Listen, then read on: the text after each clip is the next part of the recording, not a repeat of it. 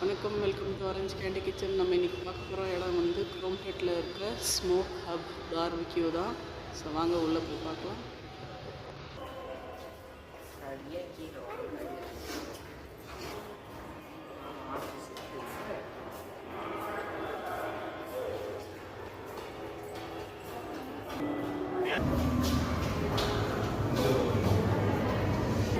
உள்ள குழந்தைங்களுக்கு play area இருக்குது.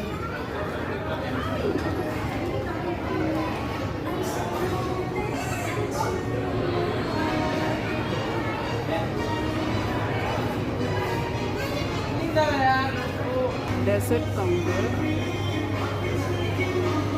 இதெல்லாம் மெயின் கோர்ஸ்.